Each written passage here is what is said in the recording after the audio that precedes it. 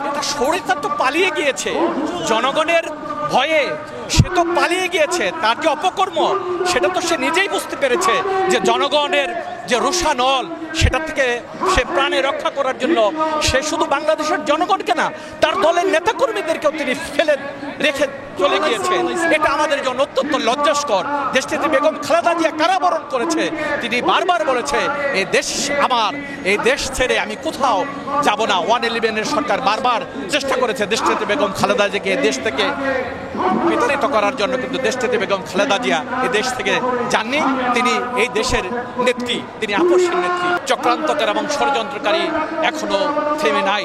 আমরা যে কারণে এটি বলবো যে আবু সাঈদ মুগ্ধর রক্তের বিনিময়ে, জীবনের বিনিময়ে যে আমরা চূড়ান্তভাবে একটি বিজয় অর্জিত করেছি, সেই বিজয়কে ধরে রাখার জন্য বৈষম্য বিরোধী ছাত্র আন্দোলনের যে সকল নেতৃবৃন্দ নেতৃত্ব দিয়েছে, যারা আহত হয়েছে, নিহত হয়েছে, তাদের প্রতি আমি গভীর শ্রদ্ধা জানাচ্ছি এবং তাদের প্রতি আমি সম্মান জানিয়েই বলবো আমাদের নিজেদের মধ্যে কোনো অবস্থাতে যাতে করে যে কষ্টের বিনিময়ে আমাদের যে স্বাধীনতা অর্জিত হয়েছে এটা যাতে কোনো অবস্থাতে বিনষ্ট না হয়, চক্রান্তকারীরা যাতে এখানে সফলতা না হয়। যে কারণে বিএনপি একটি বৃহৎ দল, বিএনপি একটি জনগণের দল। এই বিএনপির নেতৃত্বে সারা বাংলাদেশের রাজনৈতিক দলগুলো ঐক্যবদ্ধ হয়েছিল।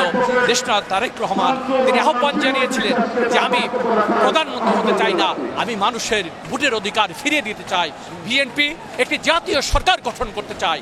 সেই জাতীয় সরকার গঠন করার জন্য সকল রাজনৈতিক দলের নেতাকর্মীদের সহযোগিতা আমাদের প্রত্যাশা।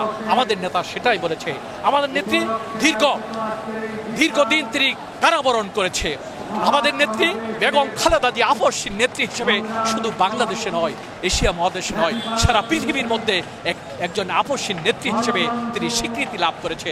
তার সেই ত্যাগের বিনিময়ে আজকে বাংলাদেশের জনগণ একটি প্রাথমিক পর্যায়ে একটি বিজয় আমরা অর্জন করেছি।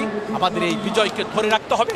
আগামীতে গণতান্ত্রিক প্রক্রিয়ার মধ্য দিয়ে একটি সুন্দর নির্বাচনের মধ্য দিয়ে অতি দ্রুত এদেশের জনগণের যে অধিকার সেটি জনগণের কাছে ফিরিয়ে দেওয়ার জন্য আমরা আপ্রাণ চেষ্টা চালাচ্ছি এবং এই তত্ত্বাবধায়ক বা অন্তর্বর্তীকালীন সরকারের প্রধান থেকে শুরু করে সকলের প্রতি আমাদের অত্যন্ত শ্রদ্ধা রয়ে গিয়েছে, মানুষের আস্থা রয়ে গিয়েছে।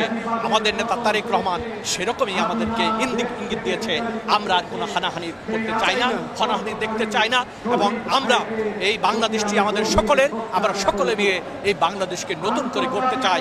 এই দৃঢ় প্রত্যয় নিয়েই আজকের এই গণতন্ত্র পুনরুদ্ধারের যে আজকে বিশ্ব গণতন্ত্র দিবস, এটাই আজকে বিএনপির একজন কর্মী হিসেবে সকলের কাছে আমাদের উদ্যতপূর্ণ আহ্বান। আমাদের নেতা সেই বার্তাই আমাদেরকে দিয়েছেন। আমাদের নেতা তারেক রহমান আমাদেরকে সেই নির্দেশনা দিয়েছে যে এই বাংলাদেশকে আমরা নতুনভাবে একটি আধুনিক বাংলাদেশ, একটি মডেল বাংলাদেশ এবং সারা পৃথিবীর মধ্যে উন্নত জাতি হিসেবে আমরা নিজেদেরকে প্রতিষ্ঠা করব। সেই প্রত্যাশা নিয়েই আজকের এই সমাবেশ থেকে আমরা আমাদের ঘরে ফিরে যেতে চাই। এটাই আমাদের আজকে প্রত্যাশা।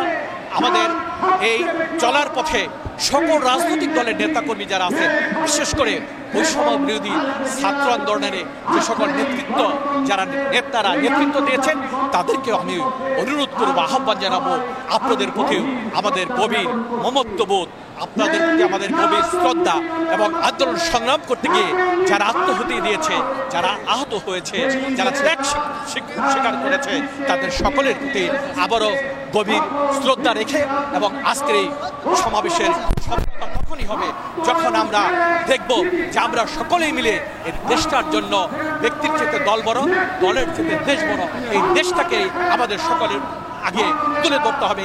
এই দেশের স্বার্থেই আমাদের সকলেরকে ঐক্যবদ্ধ থাকতে হবে। প্রত্যাশা রেখে আমার দুটি কথা এখানে শেষ করছি। আল্লাহ হাফেজ। বাংলাদেশ জিন্দাবাদ। দেশটিতে বেগম খালেদা জিয়া জিন্দাবাদ।